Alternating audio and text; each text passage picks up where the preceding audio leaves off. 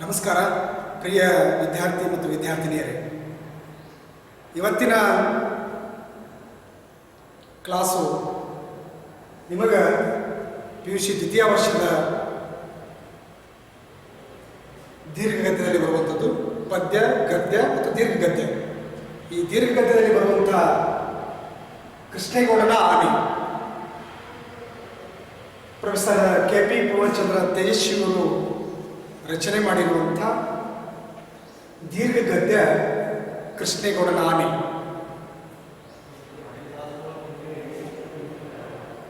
ಈ ದೀರ್ಘಗದ್ಯದ ಮೂಲಕ ನಮಗೆ ಇಡೀ ಪಠ್ಯವನ್ನು ಕಂಡುಕೊಂಡಾಗ ಅಲ್ಲಿ ಕೃಷ್ಣೇಗೌಡ ಬಹಳ ಪ್ರಮುಖ ಆಗಿರುವಂಥದ್ದು. ಜೊತೆಗೆ ಅದಕ್ಕಿಂತ ಪ್ರಮುಖ ಆಗಿದ್ದು ಏನಂದ್ರೆ ಅಲ್ಲಿ ಆನೆ. ಪ್ರೊಫೆಸರ್ KP ಕುಪ್ಪಳ್ಳಿ ಪುಟ್ಟಪ್ಪವರ ಮಗ ಪೂರ್ಣಚಂದ್ರ ತೇಜಸ್ವಿ, ಕುವೆಂಪುವರ ಮಗ. ಸಾಹಿತ್ಯ ಕ್ಷೇತ್ರದೊಳಗೆ ತುಂಬ ಅಮೋಘವಾದಂಥ ಅದ್ಭುತವಾದಂಥ ಕಾರ್ಯವೈಖರಿಯನ್ನು ತರುವುದರ ಮೂಲಕ ಸಾಕಷ್ಟು ವೈಚಾರಿಕತೆಯನ್ನು, ಲೋಹೀಯವಾದವನ್ನು, ಸಾಮಾಜಿಕ ಪರಿವರ್ತನೆಯನ್ನು ಬಯಸಿದಂಥ ಅಪರೂಪದ ವ್ಯಕ್ತಿತ್ವವುಳ್ಳಂಥವರು ಪ್ರೊಫೆಸರ್ KP ಪೂರ್ಣಚಂದ್ರ ತೇಜಸ್ವಿಯವರು.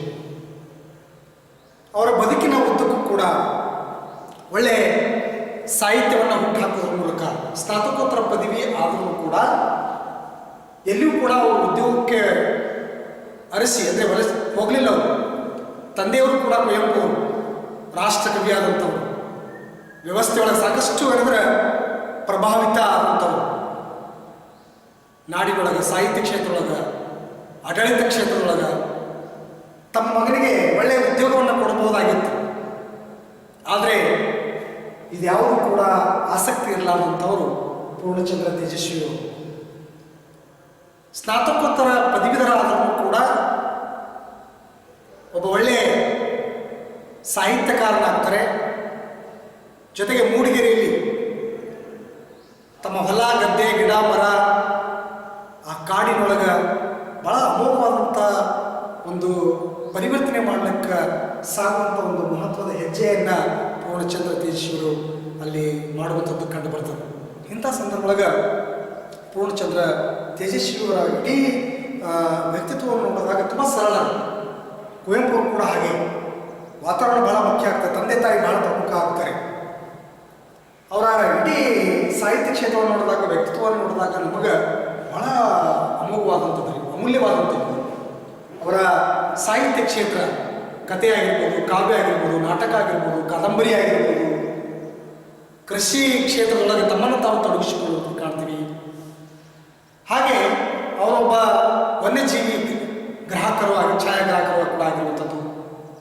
ಅನೇಕ ಗಿಡ, ಮರ, ಬಳ್ಳಿಗಳನ್ನು, ಪ್ರಾಣಿ ಪಕ್ಷಿಗಳನ್ನು ಸೆರೆ ಹಿಡಿಯುವುದರ ಮೂಲಕ ಆ ಒಂದು ಪ್ರಕೃತಿಯ ಮಧ್ಯದಲ್ಲೇ ತಾವು ಬದುಕುವಂಥ ಒಂದು ಪ್ರಯತ್ನ ಪೂರ್ಣಚಂದ್ರ ತೇಜಸ್ವಿಯವರು ಮಾಡ್ತಾರೆ.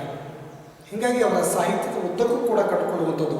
ಅದರ ಜೊತೆಗೆ ಇಲ್ಲಿ ಪುಸ್ತಕ ಪ್ರಕಟಣೆಯನ್ನು ಕೂಡ ಮಾಡುವಂಥ ಜವಾಬ್ದಾರಿಯನ್ನು ಕೂಡ ಹೊತ್ತುಕೊಳ್ಳುವಂಥದ್ದು ಕಂಡು ಬರ್ತದೆ. ಒಟ್ಟಾರೆ ಸಾಹಿತ್ಯ ಕ್ಷೇತ್ರ, ಪುಸ್ತಕ ಪ್ರಕಟಣೆ ಮಾಡುವಂಥದ್ದು ಮತ್ತು ರೈತರಾಗಿಯೂ ಕೂಡ ಒಳ್ಳೆಯ ಬೆಳೆಗಳನ್ನು, ಒಳ್ಳೆಯ ಗಿಡಮರಗಳನ್ನು, ಬೆಲೆ ಬಾಳುವಂಥ ತೋಟಗಾರಿಕೆಯನ್ನು ಮಾಡುವಂಥ ಪ್ರಯತ್ನ ಕೂಡ ಅಲ್ಲಿ ಪೂರ್ಣಚಂದ್ರ ತೇಜಸ್ವಿಯವರು ಮಾಡ್ತಾರೆ. ಇಂಥ ಒಂದು ಸಂದರ್ಭದೊಳಗೆ ಇಲ್ಲಿ ಕೃಷ್ಣೇಗೌಡನ ಆನೆಯೂ ಕೂಡ ಅವರ ದೀರ್ಘಗದ್ಯ ಆಗಿರುವಂಥದ್ದು. ಉಳಿದ ಹಲವಾರು ಕೃತಿಗಳನ್ನು ಕೂಡ ಇದು ಕೂಡ ಈ ಒಂದು ದೀರ್ಘಗದ್ಯ ಅತ್ಯಂತ ಪ್ರಮುಖವಾಗಿರುವಂಥದ್ದು ಕೂಡ ನಮಗೆ ಇಲ್ಲಿ ಕಂಡು ಬರ್ತದೆ. ಹೀಗಾಗಿ ಒಟ್ಟಾರೆ ಇಲ್ಲಿ ಶ್ರೀಯುತ KP ಪೂರ್ಣಚಂದ್ರ ತೇಜಸ್ವಿಯವರು, ಕುಪ್ಪಳ್ಳಿ ಪುಟ್ಟಪ್ಪವರ ಮಗ ಪೂರ್ಣಚಂದ್ರ ತೇಜಸ್ವಿಯವರು 1938ರಲ್ಲಿ ಜನಿಸಿದಂಥವರು. ಕನ್ನಡ ಅಗ್ರಮಾನ್ಯ ಗಣ್ಯ ಲೇಖಕರಲ್ಲಿ ಇವರು ಕೂಡ ಒಬ್ಬರು ಅಂತ ಕಾಣ್ತೀವಿ. ಕುವೆಂಪು ಹೇಮಾವತಿ ದಂಪತಿಗಳ ಮಗನಾಗಿ ಶಿವಮೊಗ್ಗ ಜಿಲ್ಲೆಯ ತೀರ್ಥಹಳ್ಳಿ ತಾಲೂಕಿನ ಕುಪ್ಪಳ್ಳಿಯಲ್ಲಿ ಜನಿಸಿದ್ದಾರೆ. ಬದುಕಿದ್ದು ಚಿಕ್ಕಮಗಳೂರು ಜಿಲ್ಲೆಯ ಮೂಡಿಗೆರೆ ಸಮೀಪದ ನಿಂಬೆ ಮೂಲೆಯ ನಿರುತ್ತರದಲ್ಲಿ ಅಂತ ಹೇಳ್ತಾರೆ. ಕೃಷಿ, ಸಾಹಿತ್ಯ ಕೃಷಿ, ಕಾಫಿ, ತೋಟಗಾರಿಕೆ, ಛಾಯಾಗ್ರಹಣ, ಪುಸ್ತಕ ಪ್ರಕಾಶನ, ಶಿಕಾರಿ ಮುಂತಾದ ವೃತ್ತಿಗಳಲ್ಲಿ ತೊಡಗಿಕೊಂಡಿದ್ದ ಪೂರ್ಣಚಂದ್ರ ತೇಜಸ್ವಿಯವರು ನಿಜವಾದ ಅರ್ಥದಲ್ಲಿ ಅವರು ನಿರಂಕುಶ ಮತಿಗಳಾಗಿದ್ದರು ಅಂತ ಹೇಳ್ತಾರೆ. ಇಂಥ ಹಲವಾರು ಕ್ಷೇತ್ರದೊಳಗೆ ತಮ್ಮನ್ನು ತಾವು ತೊಡಗಿಸಿಕೊಳ್ಳುವುದರ ಮೂಲಕ ಇನ್ನೊಬ್ಬರ ಬಳಿಗೆ ಹೋಗಿ ಉದ್ಯೋಗ ಮಾಡೋದಕ್ಕಿಂತ ಸ್ವ ಇಚ್ಛೆಯಿಂದ ತಮ್ಮ ಕಾಲಿಗೆ ತಾವು ನಿಂತು ತಾವು ಆ ಕ್ಷೇತ್ರದೊಳಗೆ ಹಳ್ಳಿಗಾಡಿನೊಳಗೆ ಗಿಡ ಮರ ಅಲ್ಲಿ ತೋಟಗಾರಿಕೆ ರೈತನಾಗಿ ಒಳ್ಳೆಯ ಪ್ರಕಾಶಕರಾಗಿ ಒಳ್ಳೆಯ ಸಾಹಿತ್ಯವನ್ನು ಹುಟ್ಟು ಹಾಕುವುದ್ರ ಮೂಲಕ ಅಲ್ಲಿ ಅಂದರೆ ತುಂಬ ವೈಚಾರಿಕ ವಿಚಾರಗಳನ್ನು ಈ ಸಮಾಜಕ್ಕೆ ಕೊಳ್ಳಕ್ಕೆ ಅವರ ಸಾಹಿತ್ಯ ಕ್ಷೇತ್ರದೊಳಗೆ ಬಹಳಷ್ಟು ಪ್ರಮುಖ ಆಗಿದ್ದು ನಾವು ಕಾಣ್ತೀವಿ. ಇಂಥ ಒಂದು ಸಂದರ್ಭದೊಳಗೆ ಇವರ ವಿದ್ಯಾಭ್ಯಾಸ ಮೈಸೂರಿನಲ್ಲಿ ಸಾಗುವಂಥದ್ದು, ಶಿವಮೊಗ್ಗ ಮುಂತಾದೆಡೆ ನಡೆಯಿತು ಅಂತ ಹೇಳ್ತಾರೆ. ಕನ್ನಡ ಸಾಹಿತ್ಯದಲ್ಲಿ ಸ್ನಾತಕೋತ್ತರ ಪದವಿ ಪಡೆದರೂ ಕೂಡ ಇದು ತುಂಬ ವಿಶಿಷ್ಟವಾದಂಥದ್ದು. ಹೆಚ್ಚಾಗಿ ಇವತ್ತಿನ ಸಂದರ್ಭದೊಳಗೆ ಯಾರೇ ಆಗಲಿ ಆ ಪದವಿ ಪಡ್ಕೊಂಡ್ರೆ ಉದ್ಯೋಗವನ್ನು ಅರಸಲಿಕ್ಕೆ ಹೆಚ್ಚಾಗಿ ಸಾಗುವಂಥದ್ದು ಕಾಣ್ತೀವಿ. ಬೇರೆ ಬೇರೆ ರಾಜ್ಯಗಳಿಗೋ ದೇಶಗಳಿಗೋ ಹೋಗಿ ಕೆಲಸ ಮಾಡಲಿಕ್ಕೆ ಪ್ರಯತ್ನ ಮಾಡ್ತೀವಿ, ಅಲ್ಲಿ ಬದಲಾವಣೆ ಮಾಡಲಿಕ್ಕೆ ಬಯಸ್ತೀವಿ. ಆದರೆ ನಮ್ಮ ಸ್ವ ಊರಿನಲ್ಲಿ, ಗ್ರಾಮಗಳಲ್ಲಿ, ಹಳ್ಳಿಗಳಲ್ಲಿ, ರಾಜ್ಯದಲ್ಲಿ, ಜಿಲ್ಲೆಯಲ್ಲಿ, ತಾಲೂಕಿನಲ್ಲಿ ನಾವು ಬದಲಾವಣೆ ಮಾಡಲಿಕ್ಕೆ ತಯಾರಿರುವುದಿಲ್ಲ. ಆದರೆ KP ಪೂರ್ಣಚಂದ್ರ ತೇಜಸ್ವಿಯವರು ಹಾಗಲ್ರಿ, ಸ್ನಾತಕೋತ್ತರ ಪದವೀಧರಾದರೂ ಕೂಡ ಆ ಹಳ್ಳಿಗಾಡಿನೊಳಗೆ ತಾವು ಒಬ್ಬ ಒಳ್ಳೆಯ ರೈತನಾಗಿ ಮತ್ತು ಒಳ್ಳೆಯ ಸಾಹಿತ್ಯಕಾರರಾಗಿ ಮತ್ತು ಒಳ್ಳೆಯ ಕಾಫಿ ಬೆಳೆಗಳನ್ನು ಬೆಳೆಯುವಂಥದ್ದು, ಪ್ರಕಾಶಕರಾಗಿ ಬರುವಂಥದ್ದು ಇವೆಲ್ಲವೂ ಕೂಡ ನಾವಿಲ್ಲಿ ಕಂಡುಕೊಳ್ಳಕ್ಕೆ ಸಾಧ್ಯ ಆಗುತ್ತೆ. ಒಟ್ಟಾರೆ ಕನ್ನಡ ಸಾಹಿತ್ಯದಲ್ಲಿ ಸ್ನಾತಕೋತ್ತರ ಪದವಿ ಪಡೆದು ಕೂಡ ಸರ್ಕಾರಿ ಕೆಲಸವನ್ನು ಒಲ್ಲದೆ ಕೃಷಿಯತ್ತ ಮುಖ ಮಾಡಿದ್ರು ಅಂತ ಹೇಳ್ತಾರೆ.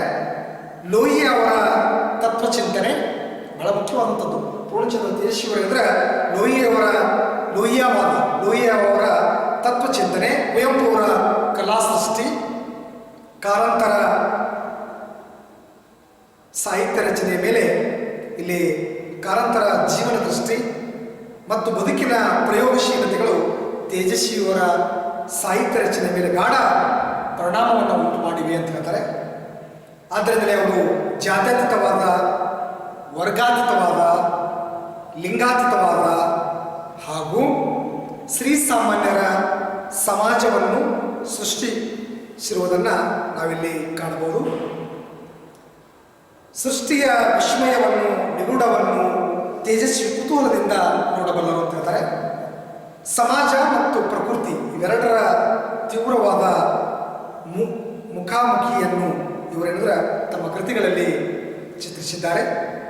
ಸಮಾಜವಾದಿ ಚಳವಳಿ, ರೈತ ಚಳವಳಿ, ಜಾತಿ ವಿನಾಶ ಸಮ್ಮೇಳನಗಳಲ್ಲಿ ಸಕ್ರಿಯವಾಗಿ ಭಾಗವಹಿಸಿದ್ದ ತೇಜಸ್ವಿ ತಮ್ಮ ವಿಶಿಷ್ಟ ಮನೋಧಿಕ ದರ್ಶನದ ಚಿಕಿತ್ಸಕ ದೃಷ್ಟಿಯನ್ನು ಕಥೆಗಳಲ್ಲಿ ಅಂದರೆ ಬೀರಿದವರು ಅಂತ ಹೇಳ್ತಾರೆ. ಅವರ ಹಲವಾರು ಕೃತಿಗಳು ಹುಲಿಯೂರಿನ ಸರಹದ್ದು, ಅಬಚೂರಿನ ಪೋಸ್ಟ್ ಆಫೀಸು, ಕಿರುಗೂರಿನ ಗಯ್ಯಾಳಿಗಳು, ಪರಿಸರದ ಕತೆ, ಪಾಕ್ ಕ್ರಾಂತಿ ಮತ್ತು ಇತರ ಕಥೆಗಳು ಇವು ತೇಜಸ್ವಿಯವರ ಕಥಾ ಸಂಕಲನಗಳು. ಸ್ವರೂಪ, ನಿಗೂಢ ಮನುಷ್ಯರು, ಕರ್ವಾಲೋ, ಚಿದಂಬರ ರಹಸ್ಯ, ಜುಗಾರಿ ಕ್ರಾಸ್, ಮಾಯಾಲೋಕ, ಕಾಡು ಮತ್ತು ಕ್ರೌರ್ಯ ಇವು ಅವರ ಕಾದಂಬರಿಗಳು. ಹಾಗೆ ಇವಲ್ಲದೆ ಬರವಣ್ಣಳೆ ಸೋಮುವಿನ ಸೊಗತಲಹರಿ ಕವಿತೆ, ಯಮಳ ಪ್ರಶ್ನೆ ನಾಟಕ, ವ್ಯಕ್ತಿ ವಿಶಿಷ್ಟ ಸಿದ್ಧಾಂತ ಸೈದ್ಧಾಂತಿಕ ಬರ, ವಿಮರ್ಶೆಯ ವಿಮರ್ಶೆ, ಅಣ್ಣನ ನೆನಪುಗಳು ಜೀವನ ಚರಿತ್ರೆ, ಕಿರಿಯರಿಗಾಗಿ ಪರಿಸರ, ಏರೋಪ್ಲೇನ್, ಚಿಟ್ಟೆ ಮತ್ತು ಇತರ ಕಥೆಗಳು, ಪರಿಸರ ಮುಂತಾದ ಕೃತಿಗಳನ್ನು ಪ್ರೊಫೆಸರ್ KP ಪೂರ್ಣಚಂದ್ರ ತೇಜಸ್ವಿಯವರು ರಚನೆ ಮಾಡಿದ್ದಾರೆ. ಅದರ ಜೊತೆಗೆ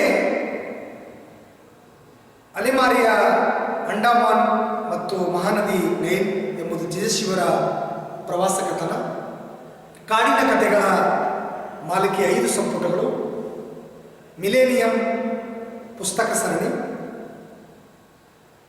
ವೈಜ್ಞಾನಿಕ ಸಾಹಿತ್ಯ, ಪರಿಸರ ವಿಸ್ಮಯ ಮಾಲಿಕೆ, ಪಕ್ಷಿ ಲೋಕ, ಹೀಗೆ ನಾನಾ ಕೃತಿಗಳನ್ನು ತೇಜಸ್ವಿಯವರು ಕನ್ನಡಕ್ಕೆ ನೀಡಿದ್ದಾರೆ. ಅದರ ಜೊತೆಗೆ ಮರಾಠಿ, ಜಪಾನಿ ಭಾಷೆಗಳಿಗೆ ತೇಜಸ್ವಿಯವರು ಹೇಳಿದ್ರೆ ಅನೇಕ ಕೃತಿಗಳು ಇಲ್ಲಿ ಅನುವಾದ ಮಾಡಿರುವಂಥದ್ದು ಕಾಣ್ತೀವಿ, ಅನುವಾದಗೊಂಡಿವೆ. ಅಬಚೂರಿನ ಪೋಸ್ಟ್ ಆಫೀಸು, ಕುಬಿ ಮತ್ತು ಇಯಾಲ್, ತಬರನ ಕತೆ ಚಲನಚಿತ್ರಗಳಾಗಿ ರಾಷ್ಟ್ರೀಯ ಚಲನಚಿತ್ರ ಪ್ರಶಸ್ತಿಗಳನ್ನು ಕೂಡ ಪಡೆದಿವೆ ಅಂತ ಹೇಳಿರುವಂಥದ್ದು. ತಬರನ ಕತೆ, ಕಿರುಗೂರಿನ ಗಯ್ಯಾಳಿಗಳು, ಕೃಷ್ಣೇಗೌಡನ ಆನೆ, ಪರಿಸರದ ಕಥೆಗಳು ರಂಗದ ಮೇಲೆ ಪ್ರಯೋಗಗೊಂಡಿವೆ ಅಂತ ಈ ರೀತಿ ಒಳಗೆ ಪೂರ್ಣಚಂದ್ರ ತೇಜಸ್ವಿಯವರು ಹಲವಾರು ಕ್ಷೇತ್ರಗಳಲ್ಲಿ ತಮ್ಮನ್ನು ತಾವು ತೊಡಗಿಸಿಕೊಳ್ಳುವ ಮೂಲಕ ಅದ್ಭುತವಾದಂಥ ಸಾಹಿತ್ಯವನ್ನು ಹುಟ್ಟುಹಾಕಿದ್ದು ನಾವು ಕಾಣ್ತೀವಿ. ಅವರಿಗೆ ಕೇಂದ್ರ ಸಾಹಿತ್ಯ ಅಕಾಡೆಮಿ ಪ್ರಶಸ್ತಿ, ಪಂಪ ಪ್ರಶಸ್ತಿ, ರಾಜ್ಯ ಸಾಹಿತ್ಯ ಅಕಾಡೆಮಿ ಪ್ರಶಸ್ತಿ, ಶಿವರಾಮ್ ಕಾರಂತ್ ಪ್ರಶಸ್ತಿ, ರಾಷ್ಟ್ರೀಯ ಸ್ವರ್ಣಕಮಲ್ ಪ್ರಶಸ್ತಿಯ ಚಿನ್ನದ ಪದಕ, ರಾಷ್ಟ್ರೀಯ ಕಥಾ ಪ್ರಶಸ್ತಿ, ಭಾರತೀಯ ಭಾಷಾ ಪರಿಷತ್ತಿನ ಪ್ರಶಸ್ತಿ ಮುಂತಾದ ಪುರಸ್ಕಾರಗಳಿಗೆ ತೇಜಸ್ವಿಯವರು ಭಾಜನರಾಗಿರುವಂಥದ್ದು. ಇಂಥ ಹಲವಾರು ಪ್ರಕಾರದೊಳಗೆ ತಮ್ಮನ್ನು ತಾವು ತೊಡಗಿಸಿಕೊಂಡಂಥ ಅಪರೂಪದ ಮಹಾನ್ ವ್ಯಕ್ತಿತ್ವವುಳ್ಳಂಥ ಪೂರ್ಣಚಂದ್ರ ತೇಜಸ್ವಿಯವರು ಅವರ ಒಂದು ದೀರ್ಘಗದ್ಯ ನಾಟಕ ಇಲ್ಲಿ ಕೃಷ್ಣೇಗೌಡನ ಆನೆ ಎನ್ನುವಂಥದ್ದು. ಇಲ್ಲಿ ಪ್ರಮುಖವಾಗಿ ಅಧ್ಯಾಯ 1ರಿಂದ 12 ಅಧ್ಯಾಯವನ್ನು ಒಳಗೊಂಡಂಥ ಒಂದು ದೀರ್ಘ ಗದ್ಯ. ಇಲ್ಲಿ ನಿಮಗೆ ಪಠ್ಯಕ್ಕಿರುವಂಥದ್ದು ಅಂತಿಮ ವರ್ಷಕ್ಕೆ ತಮಗಿರುವಂಥ ಈ ಒಂದು ಕೃಷ್ಣೇಗೌಡನ ಆನೆ ದೀರ್ಘ ಗದ್ಯ. ಲೇಖಕರು KP ಪೂರ್ಣಚಂದ್ರ ತೇಜಸ್ವಿಯವರು. ನಾಟಕದ ಹೆಸರು ಕೃಷ್ಣೇಗೌಡನ ಆನೆ. ಅಲ್ಲಿ ಆ ಜನಪದ ಸೊಗಡನ್ನು, ನಮ್ಮ ಕಣ್ಮುಂದೆ ನಡೆಯುವಂಥ ಸತ್ಯತೆಯನ್ನು, ಘಟನೆಗಳನ್ನು ಮೆಲುಕು ಹಾಕುವಂಥ, ತಿಳಿಸಿಕೊಡುವಂಥ ಅಪರೂಪದ ವ್ಯಕ್ತಿತ್ವ ಯಾರು ಅಂದ್ರೆ KP ಪೂರ್ಣಚಂದ್ರ ತೇಜಸ್ವಿಯವರು.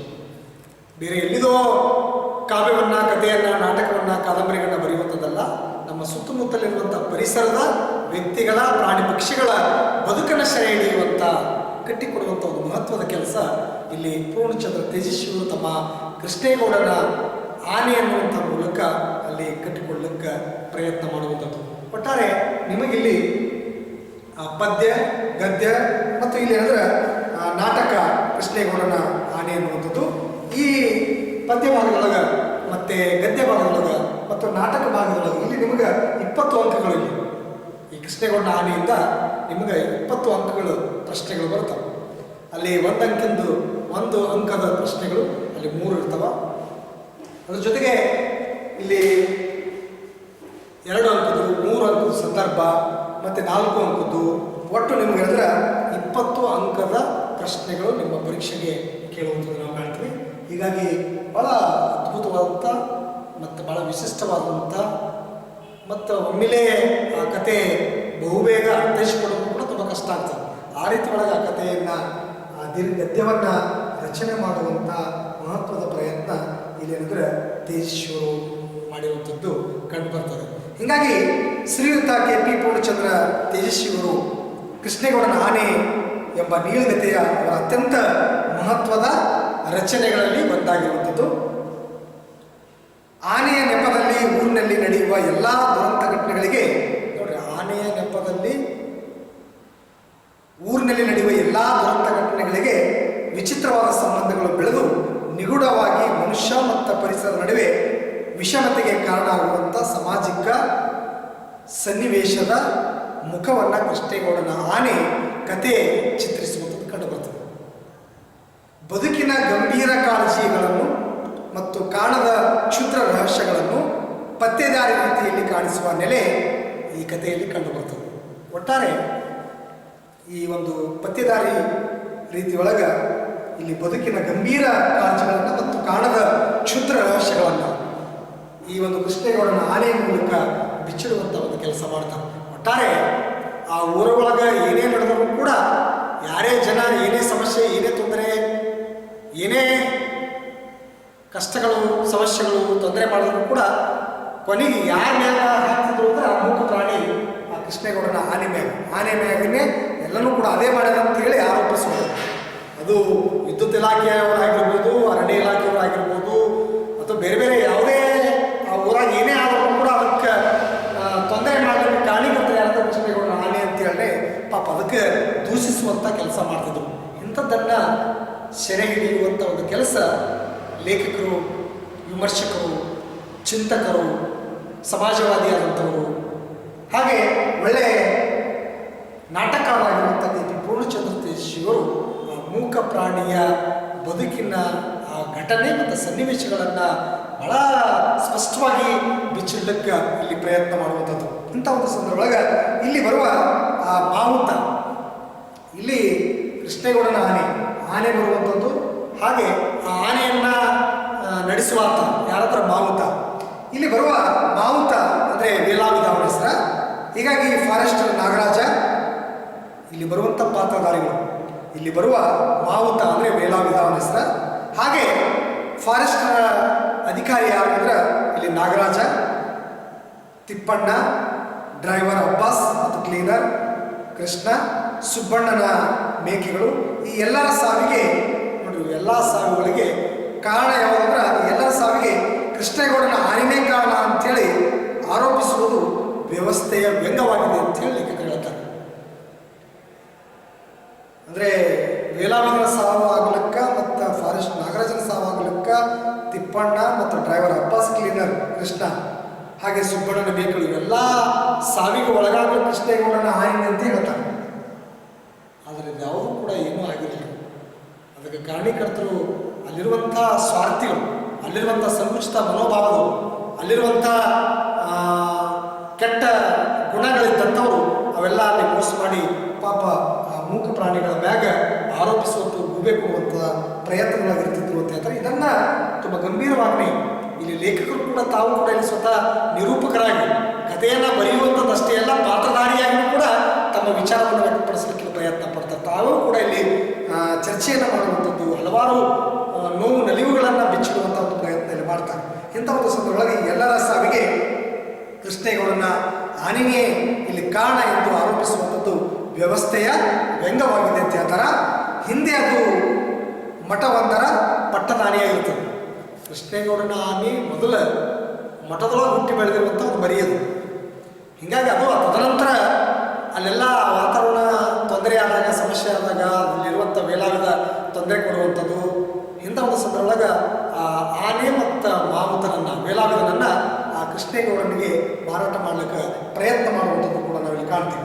ಒಟ್ಟಾರೆ ಇಲ್ಲಿ ಅಂದರೆ ಹಿಂದೆ ಅದು ಮಠವೊಂದರ ಪಟ್ಟದಾನಿಯಾಗಿರ್ತದ. ಹರಾಜಿನಲ್ಲಿ ಅಲ್ಲಿ ಕೊಂಡುಕೊಂಡ ಮೇಲೆ ಈಗ ಅದು ಕೃಷ್ಣೇಗೌಡನ ಜೀತದಾನಿಯಾಗಿದೆ ಅಂತ ಹೇಳ್ತಾರೆ. ಊರಿನಲ್ಲಿ ಆಗುವ ದುರಂತಗಳಿಗೆ, ಅನಾಹುತಗಳಿಗೆ, ಸಾವುಗಳಿಗೆ, ಕಳ್ಳ ಸಾಗಾಣಿಕೆ, ಗಂಧ ಸಾಗಾಣಿಕೆ, ಈ ಎಲ್ಲ ವ್ಯವಹಾರಗಳಿಗೆ ಆ ಆನೆಯೇ ಕಾರಣ ಎಂದು ಆರೋಪಿಸುವುದು ಹಾಸ್ಯಾಸ್ಪದವಾಗಿದೆ ಅಂತ ಹೇಳ್ತಾರೆ ಲೇಖಕರು. ನೋಡ್ರಿ, ಇಲ್ಲಿ ಊರಿನೊಳಗೆ ಆಗುವಂಥ ದುರಂತ, ಅನಾಹುತ, ಸಾವು ನೋವು, ಕಳ್ಳ ಸಾಗಾಣಿಕೆ, ಗಂಧ ಸಾಗಾಣಿಕೆ, ಇವು ಏನೇ ಆದರೂ ಕೂಡ ವ್ಯವಹಾರಗಳಿಗೆ ಅಲ್ಲಿ ಆನೆನೇ ಕಾರಣ ಎಂದು ಆರೋಪಿಸುವಂಥ ಹಾಸ್ಯಾಸ್ಪದವಾಗಿದೆ. ಪ್ರಸ್ತುತ ಭಾರತದ ಸಾಮಾಜಿಕ, ರಾಜಕೀಯ, ಧಾರ್ಮಿಕ, ಸಾಂಸ್ಕೃತಿಕ ಹಾಗೂ ಅಧಿಕಾರಶಾಹಿ ವ್ಯವಸ್ಥೆಯ ಕರಾಳ ಸತ್ಯಗಳನ್ನು ಈ ಕತೆ ಚಿತ್ರಿಸಿದೆ ಅಂತ ಹೇಳ್ತಾರೆ. ವ್ಯವಸ್ಥೆಯ ಭ್ರಷ್ಟತೆ, ನಿಷ್ಕ್ರಿಯತೆ, ಈರ್ಷ್ಯೆಗಳಿಂದ ಎದುರಾಗುವ ದುರಂತಗಳ ಆಶಯ ಈ ಕಥೆಯ ಮುಖ್ಯ ಭಿತ್ತಿಯಾಗಿದೆ ಅಂತ ಹೇಳ್ತಾರೆ. ಮನುಷ್ಯನ ಸಣ್ಣತನ ಹಾಗೂ ಸ್ವಾರ್ಥಗಳಿಗೆ ಮನುಷ್ಯನೇ ಕಾರಣನಾದರೂ ಕೂಡ, ನೋಡ್ರಿ, ಮನುಷ್ಯನ ಸಣ್ಣತನ ಹಾಗೂ ಸ್ವಾರ್ಥಗಳಿಗೆ ಮನುಷ್ಯನೇ ಕಾರಣ ಆಗಿರ್ತಾನೆ. ಇಂಥ ಒಂದು ಸಂದರ್ಭದಾಗ ಈ ಕಥೆಯಲ್ಲಿ ನಡೆಯುವ ವೈರುಧ್ಯ ಹಾಗೂ ದುರಂತಗಳಿಗೆ ಆನೆನೇ ಅಪರಾಧಿ ಆಗುವುದು ಮತ್ತು ಆನೆ ಕೊನೆಗೆ ಇಲ್ಲಿ ಇದ್ದಕ್ಕಿದ್ದಂತೆ ಮಾಯ ಆಗುವುದು ಒಂದು ದುರಂತ ವ್ಯಂಗ್ಯವಾಗಿದೆ ಅನ್ನೋದು ಕಾಣ್ತೀವಿ. ಇದಕ್ಕಿದ್ದಂಗೆ ಪಾಪದು ಅದರ ಮ್ಯಾಗ ಇಲ್ಲಿ ಆರೋಪಿಸುವಂಥದ್ದು, ಇದಕ್ಕಿದ್ದಂತೆ ಮಾಯ ಆಗುವಂಥದ್ದು ಇದೊಂದು ದೊಡ್ಡ ದುರಂತವಾಗಿ ಇಲ್ಲಿ ಕಂಡು ಬರ್ತದೆ. ಈ ರೀತಿ ಒಳಗೆ ಈ ಸಮಾಜದ ಸತ್ಯತೆಯನ್ನು ಬಿಚ್ಚಿಡುವಂಥ ಒಂದು ಪ್ರಯತ್ನದೊಳಗೆ ಏನೇ ಆದರೂ ಕೂಡ, ಅದು ಕಳ್ಳತನ ಆಗಿರ್ಬೋದು, ಗಂಧ ಸಾಗಾಣಿಕೆ ಆಗಿರ್ಬೋದು, ಏನೇ ಮಾಡಿದ್ರು ಕೂಡ ಆರೋಪಿಸುವಂಥದ್ದು ಯಾರಿಗೆ ಏನೇ ಸಾವು ನೋವಾದ್ರೆ ಕೃಷ್ಣೇಗೌಡನ ಆನೆಯಿಂದಲೇ ಆಯಿತು ಅನ್ನುವಂಥ ನಿಟ್ಟಿನೊಳಗೆ ಅಲ್ಲಿ ಕಂಡು ಬರ್ತದೆ. ಈ ರೀತಿ ಒಳಗೆ ಇಂಥ ಅಪರೂಪದ ವಿಶಿಷ್ಟವಾದಂಥ ಈ ನಾಟಕ ಕೃಷ್ಣೇಗೌಡನ ಆನೆ ಅನ್ನುವಂಥದ್ದು ತೇಜಸ್ವಿ ಅವರ ಕಾಳಜಿಯ ಕೇಂದ್ರವೇ ಗ್ರಾಮ ಭಾರತ ಅಂತ ಹೇಳ್ತಾರೆ. ಹೆಚ್ಚಾಗಿ ಅವರು ತೇಜಸ್ವಿಯವರು ಆದ್ಯತೆ ಕೊಡುವಂಥದ್ದು ಅದಕ್ಕಾದ್ರೆ ಗ್ರಾಮೀಣ ಸೊಗಡಿಗೆ, ಗ್ರಾಮೀಣ ಬದುಕಿಗೆ, ಅಲ್ಲಿರುವಂಥ ಸಾಮಾನ್ಯ ಜನರ ಬದುಕಿನ ಬಗ್ಗೆ ಅತ್ಯಂತ ಕಾಳಜಿ ವಹಿಸುವಂಥದ್ದು, ಪ್ರೀತಿ ವಿಶ್ವಾಸದಿಂದ ನಂಬಿಕೆಯಿಂದ ಅಲ್ಲಿರುವಂಥ ಪ್ರಾಣಿ ಪಕ್ಷಿ ಗಿಡ ಮರಗಳನ್ನು ಅವುಗಳ ಜೊತೆಗೆ ಬೆರೆಯುವಂಥ ಒಂದು ಮಹತ್ವದ ಹೆಜ್ಜೆಯನ್ನು ಇಟ್ಟಂಥವರು ಪೂರ್ಣಚಂದ್ರ ತೇಜಸ್ವಿ. ಹೀಗಾಗಿ ಅಂದ್ರೆ ಇಲ್ಲಿ ತೇಜಸ್ವಿಯವರ ಕಾಳಜಿಯ ಕೇಂದ್ರವೇ ಗ್ರಾಮ ಭಾರತ. ಇಲ್ಲಿಯೇ ನಿಂತು ಜಾಗತಿಕ ವಿದ್ಯಮಾನಗಳನ್ನು ಬದಲಾವಣೆಗಳನ್ನು ವೀಕ್ಷಿಸುವ ತೇಜಸ್ವಿಯವರದಾಗಿರುವಂಥದ್ದು ನಾವು ಕಾಣ್ತೀವಿ. ನೋಡಿ, ಗ್ರಾಮೀಣದೊಳಗನೆ ಇದ್ದುಕೊಂಡು ಇಡೀ ಜಗತ್ತಿನಾದ್ಯಂತ ನಡೆಯುವಂಥ ವಿದ್ಯಮಾನಗಳನ್ನು, ಜಾಗತಿಕ ವಿದ್ಯಮಾನಗಳನ್ನು, ಆ ಬದಲಾವಣೆಗಳನ್ನು ವೀಕ್ಷಿಸುವಂಥ ಮಹತ್ವದ ಗುಣ ಇದ್ದಂಥವರು KP ಪೂರ್ಣಚಂದ್ರ ತೇಜಸ್ವಿಯವರು ಅನ್ನೋದು ಕೂಡ ನಮಗೆ ಇಲ್ಲಿ ಕಂಡು ಬರ್ತದೆ. ಇಂಥ ಒಂದು ಸಂದರ್ಭದೊಳಗೆ ಈ ವಿದ್ಯಮಾನಗಳ ಬಲೆಯಲ್ಲಿ ಗ್ರಾಮ ಭಾರತ ಸಿಕ್ಕು ಇಲ್ಲಿ ಒದ್ದಾಡುತ್ತಿರುವಂತೆ ಕಾಣಿಸುತ್ತಿದೆ ಅಂತ ಹೇಳ್ತಾರೆ. ಈ ಕಥೆಯಲ್ಲಿನ ಕೃಷ್ಣೇಗೌಡನ ಆನೆ ಪಾಪದ ಪ್ರಾಣಿ, ಭಾರೀ ಶರೀರ ಮತ್ತು ಅಪಾರ ಶಕ್ತಿಯನ್ನು ಹೊಂದಿದ್ರೂ ಈ ಆನೆ ಬಾಯಿ ಇಲ್ಲದ ಪ್ರಾಣಿಯಾಗಿರುವ ಕಾರಣ ಬಾಯಿ ಇರುವ ಎಲ್ಲರ ಶೋಷಣೆಗೆ ಇಲ್ಲಿ ವಸ್ತುವಾಗುತ್ತಿದೆ ಅಂತ ಹೇಳ್ತಾರೆ. ಪ್ರತಿ ಒಬ್ಬರಿಂದಲೂ ತನಗೆ ಕಂಡ ರೀತಿಯಲ್ಲಿ ಈ ಪ್ರಾಣಿಯನ್ನು ಅರ್ಥೈಸುವುದು, ಇದಕ್ಕೊಂದು ವ್ಯಕ್ತಿತ್ವ ಆರೋಪಿಸುವುದು ನಡೆಯುತ್ತದೆ. ಎಲ್ಲ ಪಾಪಕೃತ್ಯಗಳ ಅಪರಾಧವನ್ನು ಆನೆ ಹೊತ್ತುಕೊಳ್ಳಬೇಕಾಗುತ್ತದೆ. ಬಾಯಿ ಇಲ್ಲದ ಎಲ್ಲರಿಗೂ ಎಲ್ಲದಕ್ಕೂ ಸಂಕೇತದಂತೆ ಕಾಣುವ ಈ ಆನೆಯನ್ನು ಕೇಂದ್ರವಾಗಿರಿಸಿಕೊಂಡು ಲೇಖಕರು ಅನೇಕ ಸಂಗತಿಗಳನ್ನು, ದುರಂತಗಳನ್ನು ನಿರೂಪಿಸಿದ್ದಾರೆ. ಪಾತ್ರಗಳ ಮೂಲಕ ಪ್ರಸ್ತುತ ಸಮಾಜದ ಅನೇಕ ಅಂಶಗಳನ್ನು ಹಾಸ್ಯ ಮಿಶ್ರಿತ ವ್ಯಂಗ್ಯದ ಮೂಲಕ ನಮ್ಮ ಮುಂದಿಡುವ ಜೀವಂತಿಕೆಯ ಬರವಣಿಗೆಯ ಮಾದರಿ ತೇಜಸ್ವಿಯವರದಾಗಿರುವುದನ್ನು ಕಾಣ್ತೀವಿ. ಈ ಕಾರಣದಿಂದ ಅವರು ಸಮಕಾಲೀನ ಕಥೆಗಾರರ ನಡುವೆ ಭಿನ್ನವಾಗಿ ಕಂಡುಬರುವಂಥದ್ದು, ಎದ್ದು ಕಾಣುವಂಥದ್ದು. ಕೃಷ್ಣೇಗೌಡನ ಬಳಿ ಇರುವ ಆನೆ ಅದು ಪಟ್ಟಣವಾಸಿಯಾಗಿದೆ. ಈ ಕಾರಣದಿಂದಾಗಿ ಪಟ್ಟಣದ ಜನ ಅದಕ್ಕೂ ತಮ್ಮಂತೆಯೇ ಒಂದು ವ್ಯಕ್ತಿತ್ವವನ್ನು ಆರೋಪಿಸಿದ್ದಾರೆ. ಆನೆಯು ಕಾಡಾನೆಗಳಿಂದ ಸಂಪೂರ್ಣವಾದ ಭಿನ್ನ ನಡವಳಿಕೆಯನ್ನು ಹೊಂದಿದ, ಕಾಡಾನೆಗಳಲ್ಲಿ ಪ್ರಾಕೃತಿಕವಾದ ಚಲನವಲನಗಳು ಪ್ರಧಾನವಾಗಿದ್ದರೆ ಈ ಆನೆಯ ಮಾನವನ ಬದುಕಿನ ನಡವಳಿಕೆ ಮತ್ತು ನಿಯಂತ್ರಣಕ್ಕೆ ಒಳಗಾಗಿರುವಂಥದ್ದು. ಮಾನವನ ಸ್ವಾರ್ಥ ಮೂಲ ನೆಲೆಯಿಂದ ಉತ್ಪನ್ನವಾದ ಬಲವಂತದಲ್ಲಿ ತನ್ನ ಸಹಜ ಸ್ವಭಾವವನ್ನು ಬಿಟ್ಟು ಕೊಟ್ಟಿದೆ ಅಂತ ಹೇಳ್ತಾರೆ. ಅದು ತನಗಾಗಿ ಅಲ್ಲದೆ ಪರರ ಇಚ್ಛೆ ಮತ್ತು ನಿಯಂತ್ರಣದಲ್ಲಿ ಬದುಕಬೇಕಾಗಿದೆ. ತೇಜಸ್ವಿಯವರ ಮಹತ್ವ ಆಕಾಂಕ್ಷೆಯ ಈ ಕಥೆಯು ತೇಜಸ್ವಿಯವರ ಬದುಕಿನ ಮತ್ತು ಬರವಣಿಗೆಯ ಸಮಗ್ರ ಗ್ರಹಿಕೆಯನ್ನು ಹಿಡಿದಿಡಲು ಪ್ರಯತ್ನಿಸಿರುವಂಥದ್ದು. ಈ ಕಥೆಯು ಇಂಗ್ಲಿಷ್, ಹಿಂದಿ, ಮರಾಠಿ ಮತ್ತು ಮಲಯಾಳಿ ಭಾಷೆಗಳಿಗೆ ತರ್ಜುಮೆಗೊಂಡಿರುವಂಥದ್ದು ಕಂಡು ಬರ್ತದೆ. ಈ ರೀತಿ ಒಳಗೆ ಪೂರ್ಣಚಂದ್ರ ತೇಜಸ್ವಿಯವರ ಬಹಳ ಮಹತ್ವದ ಈ ಒಂದು ದೀರ್ಘಗದ್ಯ ನಾಟಕ ಅತ್ಯಂತ ಸಮರ್ಪಕವಾದಂಥ ಮೌಲ್ಯಗಳನ್ನು ಈ ಒಂದು ದೀರ್ಘಗದ್ಯದಿಂದ ಕಂಡುಕೊಳ್ಳೋಕ್ಕೆ ಸಾಧ್ಯ ಆಗಿರುವಂಥದ್ದು. ಇಂಥ ಒಂದು ಸಂದರ್ಭದೊಳಗೆ ಇಲ್ಲಿ ಅಧ್ಯಾಯ 1ರಿಂದ 12ರವರೆಗೆ ಸುದೀರ್ಘವಾಗಿ ಕೃಷ್ಣೇಗೌಡನ ಆ ಆನೆಯನ್ನು, ಅಲ್ಲಿರುವಂಥ ಏರಿಳಿತಗಳನ್ನು, ಅಲ್ಲಿರುವಂಥ ನೋವು ನಲಿವುಗಳನ್ನು ತುಂಬ ಗಂಭೀರವಾಗಿ ಬಿಚ್ಚಿಡುವಂಥ ಒಂದು ಪ್ರಯತ್ನ ಇಲ್ಲಿ ನಡೀತು. ಒಟ್ಟಾರೆ ಅಧ್ಯಾಯ 1ರೊಳಗೆ ನನ್ನ ಹಳೆಯ ಫೋರ್ಡು ಜೀಪಿನ ಗೇರ್ ಬಾಕ್ಸ್ ಆಗಿಂದಾಗೆ ತೊಂದರೆ ಕೊಡುತ್ತಲೇ ಇರುತ್ತದೆ ಅಂತ ಹೇಳ್ತಾರೆ. ಪೂರ್ಣಚಂದ್ರ ತೇಜಸ್ವಿಯವರು ಸದಾ ಜನರ ಮಧ್ಯದೊಳಗನೇ ಬದುಕ್ತಾರೆ, ಜನರ ನೋವು ನಲಿವುಗಳ ಜೊತೆಗೇ ಬದುಕ್ತಾರೆ, ಪ್ರಾಣಿ ಪಕ್ಷಿಗಳ ಮಧ್ಯದೊಳಗನೇ ಬದುಕ್ತಾರೆ. ಹಾಗೆ ತಾವು ಏನೇ ತಮ್ಮಲ್ಲಿರುವಂಥ ವಾಹನಗಳು, ಬೈಕ್ ಏನೇ ಆಗಿರ್ಬೋದು, ಜೀಪ ಏನೇ ತೊಂದರೆ ಆದರೂ ಕೂಡ ಅದಕ್ಕೆ ಅವರೇ ರಿಪೇರಿ ಮಾಡ್ತಾಯಿದ್ರು. ಇಂಥ ಬಹುಮುಖ ಪ್ರತಿಭೆ ಉಳ್ಳಂಥ ಪೂರ್ಣಚಂದ್ರ ತೇಜಸ್ವಿಯವರು ಆ ಒಂದು ಹೊಲ ಗದ್ದೆಯ ಮಧ್ಯದೊಳಗನೆ, ಆ ಪ್ರಾಣಿ ಪಕ್ಷಿಗಳ ಗಿಡ ಮರಗಳ ಮಧ್ಯದೊಳಗನೆ ತಮ್ಮ ಅಮೂಲ್ಯವಾದಂಥ ಜೀವನವನ್ನು ಕಂಡುಕೊಂಡಿರುವಂಥದ್ದು ಈ ಕೃಷ್ಣೇಗೌಡನ ಆನೆಯಿಂದ ಗೊತ್ತಾಗ್ತದೆ. ಹೀಗಾಗಿ ಅಧ್ಯಾಯ 1ರೊಳಗೆ ನನ್ನ ಹಳೆಯ ಫೋರ್ಡ್ ಜೀಪಿನ ಗೇರ್ ಬಾಕ್ಸು ಆಗಿದ್ದಾಗೆ ಅಲ್ಲಿ ತೊಂದರೆ ಕೊಡ್ತಾ ಇದ್ದಂತ ಇರುತ್ತದೆ. ಅದನ್ನು ನಾನು ಸದಾ ರಿಪೇರಿ ಮಾಡುತ್ತಿರುವುದು ನೋಡಿ ಕೆಲವು ಹಳೆಯ ಮಿಲಿಟರಿ ಜೀಪುಗಳ ಹಣೆ ಬರವೇ ಇಷ್ಟು ಅಂತಿದ್ರು. ಅದರ ತೆಗೆದು ಹಾಕಿ ಹೊಸ ಮಾಡೆಲಿನ ವಿಲಿಯರ್ಸ್ ಜೀಪ್ ಗೇರ್ ಬಾಕ್ಸ್ ಜೋಡಿಸಿಬಿಡಬಹುದು ಎಂದು ಸಲಹೆ ಮಾಡಿದರು. ಆದರೆ ನನಗೆ ಈ ಪುರಾತನ ಕಾಲದ ಜೀಪಿನ ಹಳೆಯ ಭಾಗಗಳನ್ನು ಬದಲಿಸಿ ಅದರ ಒರಿಜಿನಾಲಿಟಿ ಹಾಳು ಮಾಡುವುದರ ಒಂದು ಸರಿ ತೋರಲಿಲ್ಲ ಅಂತ ಹೇಳ್ತಾರೆ.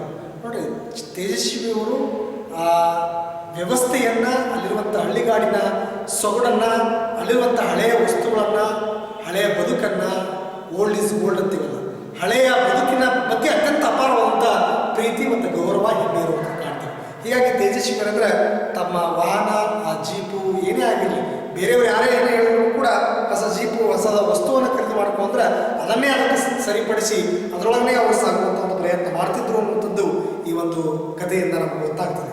ಒಟ್ಟಾರೆ ಅನೇಕ ಸಲಹೆ ಮಾಡಿದ್ರು ಕೂಡ, ಆದರೆ ನನಗೆ ಈ ಪುರಾತನ ಕಾಲದ ಜೀಪಿನ ಹಳೆಯ ಭಾಗಗಳನ್ನು ಬದಲಿಸಿ ಅದರ ಒರಿಜಿನಾಲಿಟಿ ಹಾಳು ಮಾಡೋದು ಸರಿ ತೋರಲಿಲ್ಲ. ಹೀಗಾಗಿ ಒರಿಜಿನಾಲಿಟಿ ಅಂದರೆ ಅಲ್ಲಿರುವಂಥ ಜೀಪಿನ ಪ್ರತಿಯೊಂದು ಭಾಗಗಳು ಕೂಡ ಅವುಗಳ ಬಗ್ಗೆ ಅತ್ಯಂತ ಗೌರವ ಇರುವಂಥದ್ದು ನಾವಲ್ಲಿ ಕಾಣ್ತೀವಿ. ಹೀಗಾಗಿದ್ರೆ ಅಲ್ಲಿ ಹಾಳು ಮಾಡೋದು ಸರಿ ತೋರಲಿಲ್ಲ ಅಂತ ಹೇಳ್ತಾರೆ. ನನ್ನ ಈ ಒರಿಜಿನಾಲಿಟಿ ಉಳಿಸುವ ಪ್ರಯತ್ನದಿಂದ ತಿಂಗಳಿಗೊಮ್ಮೆ ಜೀಪಿನ ಅಡಿ ಬಿದ್ದುಕೊಂಡು ತಾವೇ ಸ್ವತಃ ಅಂದರೆ ಆ ಒಂದು ಕಾರ್ಯದೊಳಗೆ ಜೀಪನ್ನು ಸರಿಪಡಿಸುವಂಥ ಪ್ರಯತ್ನದೊಳಗೆ, ಅದಕ್ಕೆ ಮನುಷ್ಯ ಮನಸ್ಸಿದ್ರೆ ಮಾರ್ಗ ಅಂತ. ಮನುಷ್ಯ ಮನಸ್ಸು ಮಾಡಿದ್ರೆ ಯಾವುದೇ ರಂಗದೊಳಗೂ ಕೂಡ, ಯಾವುದೇ ಕ್ಷೇತ್ರದೊಳಗೂ ಕೂಡ ಹುಟ್ಟಿದ್ರೆ ಯಾರೂ ಕೂಡ ಪಂಡಿತ ಆಗಲಿಕ್ಕೆ ಸಾಧ್ಯ ಇಲ್ಲ, ಪ್ರತಿಭಾವಂತ ಆಗಲಿಕ್ಕೆ ಸಾಧ್ಯ ಇಲ್ಲ. ನಮ್ಮನ್ನು ನಾವು ಆ ಕ್ಷೇತ್ರದಲ್ಲಿ ತೊಡಗಿಸಿಕೊಂಡ್ರೆ ಮಾತ್ರ ಆ ವಸ್ತು ನಮ್ಮದಾಗಲಿಕ್ಕೆ ಸಾಧ್ಯ ಆಗ್ತದೆ, ಅದರಾಗ ಅನುಭವ ಪಡ್ಕೊಳ್ಳೋಕ್ಕೆ ಸಾಧ್ಯ ಆಗ್ತದೆ.